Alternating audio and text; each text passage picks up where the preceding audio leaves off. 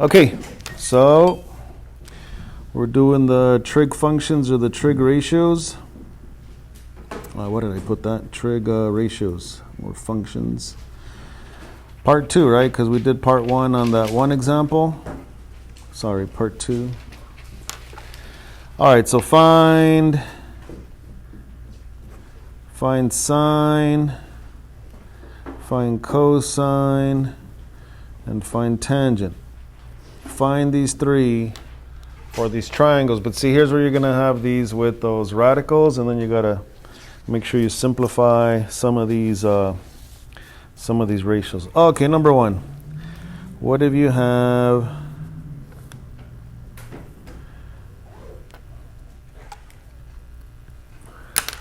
this triangle here, and the side measures are 6, 6, 6 root 2.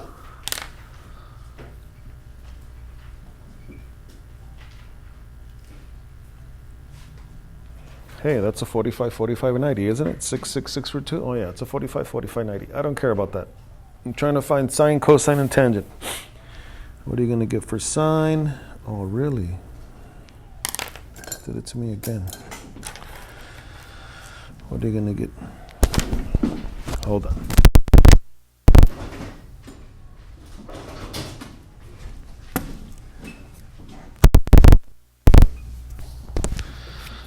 What are you going to get for sine? What are you going to get for cosine? What are you going to get for tangent? Well, before we get all into this, we got to label the three sides, right? This one's the hypotenuse, and this one makes it the opposite, and that's the adjacent, right? Okay, so sine is what?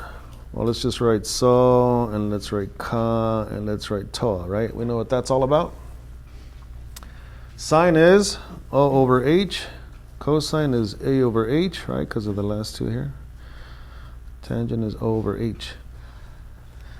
So sine, you're going to get what?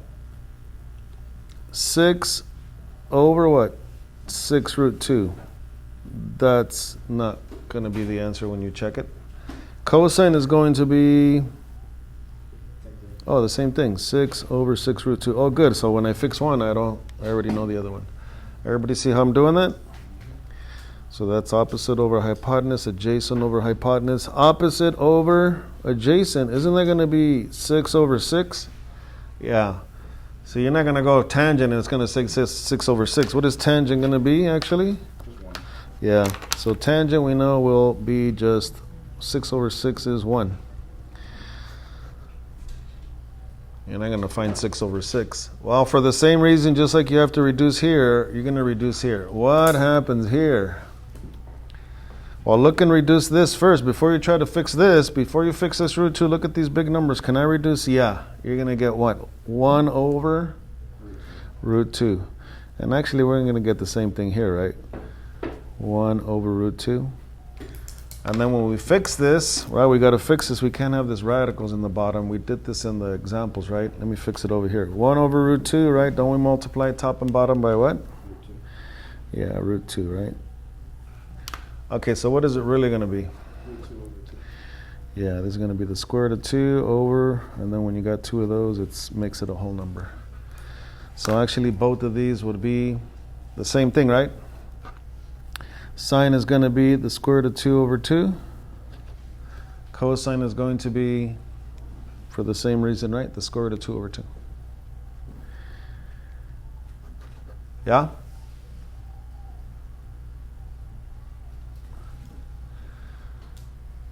So that's what I'm telling you. You get this and you put this and you think you're done. Well, you're not. You're not going to see this answer. Then you got to fix it and stuff. Okay, that's number 1. Okay, that wasn't too bad. Numbers were kind of the same, so a little boring. Let's change it up. Number 2. Let's put a different one out there. Number 2.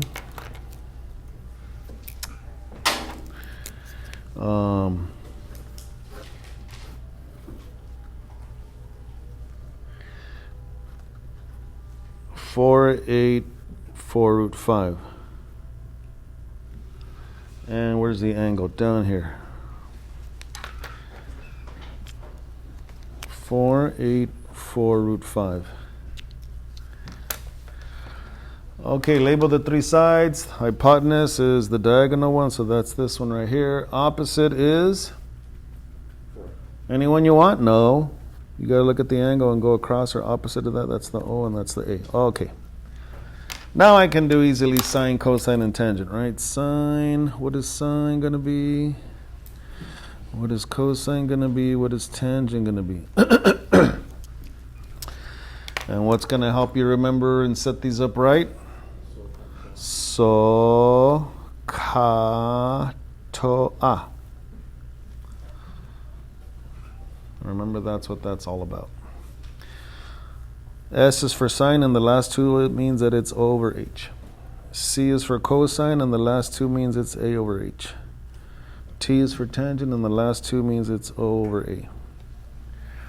Okay, so O over H is 4 over 4 root 5. Oh, we can't leave that like that. We'll fix it in a bit. That's not right. I mean, it's right so far, but that's not the final answer. Not in its simplest form. Cosine is going to be 8 over 4 root 5. Yeah. And again, that has to be fixed. And then tangent is going to be 4 over 8. You guys see how these answers are not going to be, they're not going to stay like this. They're all got to be fixed, right? Well, let's start with this easy one. What's tangent going to be? Everybody agree 4 over 8 is reduced to 1/2? Yeah, tangent done. Tangent done. Facile. Then these, right, before you start getting crazy and fixing the radical, look and reduce the whole numbers. So what's this one going to be? 1 over root 5. And what's this going to be?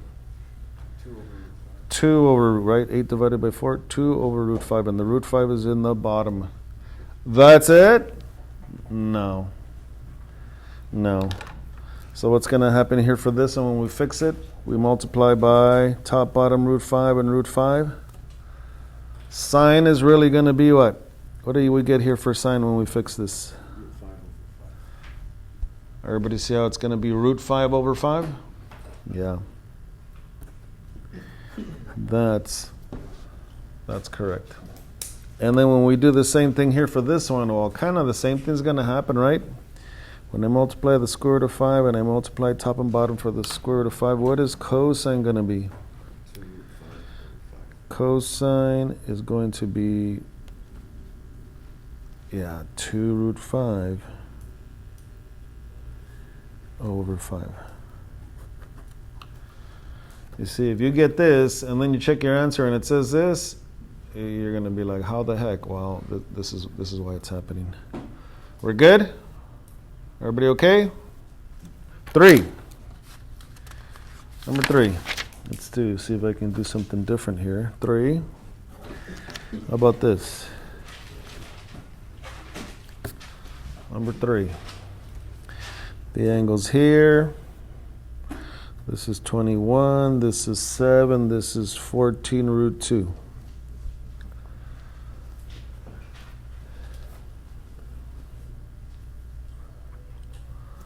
All right, let's label our 3 sides. Which one's which? Well, this is the hypotenuse up here?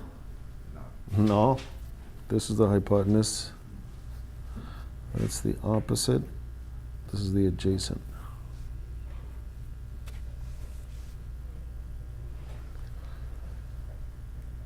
Okay. Yeah, that's right. What's sine going to be?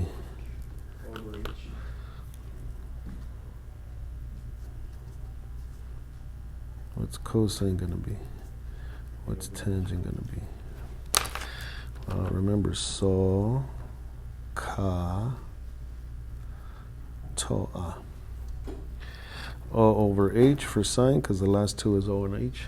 CAH is A over H. And tangent is O over A. Right? We can do that? That means sine is going to be 7 over 21. Well, I know that's not going to stay like that. What's sine going to be? 1 over 3, right? Okay, sine done. Yeah, see, always look to reduce, or if there's a radical in the, only if it's in the denominator you fix it. Cosine. Cosine is going to be what? A is 14 root 2 over 21? Yeah. Oh, I like this one. Why? Because the radical is not in the denominator. See, if it's in the numerator, you're good. But you still look at the whole numbers. These can still reduce, right, by 7. 7 can reduce into 14 into 3. So cosine is really what, everybody? 7 goes into 14, 2, so that's 2 root 2, and 7 goes into 21, so it's 2 root 2 over 3. You see? You'll get this answer, you go check it, and it says this, and you're like, why am I getting it wrong? Well, it's not that it's wrong, it's not simplified. And tangent? Oh, no. Tangent is going to give us what? 7 over R. This one does have a radical in the denominator, see? But before I fix that, fix the whole numbers. Those can reduce. So far I can reduce these whole numbers first, right? Before you go into the radical, reduce that. Isn't that going to be what? 1 over 2 root 2? You guys agree? Yeah. And then what? Now we got to fix this. We got to fix this. I can't have a square root in the denominator, so you multiply this by root 2, top and bottom by root 2, top and bottom by root 2. Tell me your final ratio for tangent. Is it root 2 over? Brandon? You guys agree with that, or that doesn't look right? Is that correct? The root 2 over 4. Yeah, it is. 1 times the square root of 2 in the numerator, well, it's just square root of 2. This is a 2.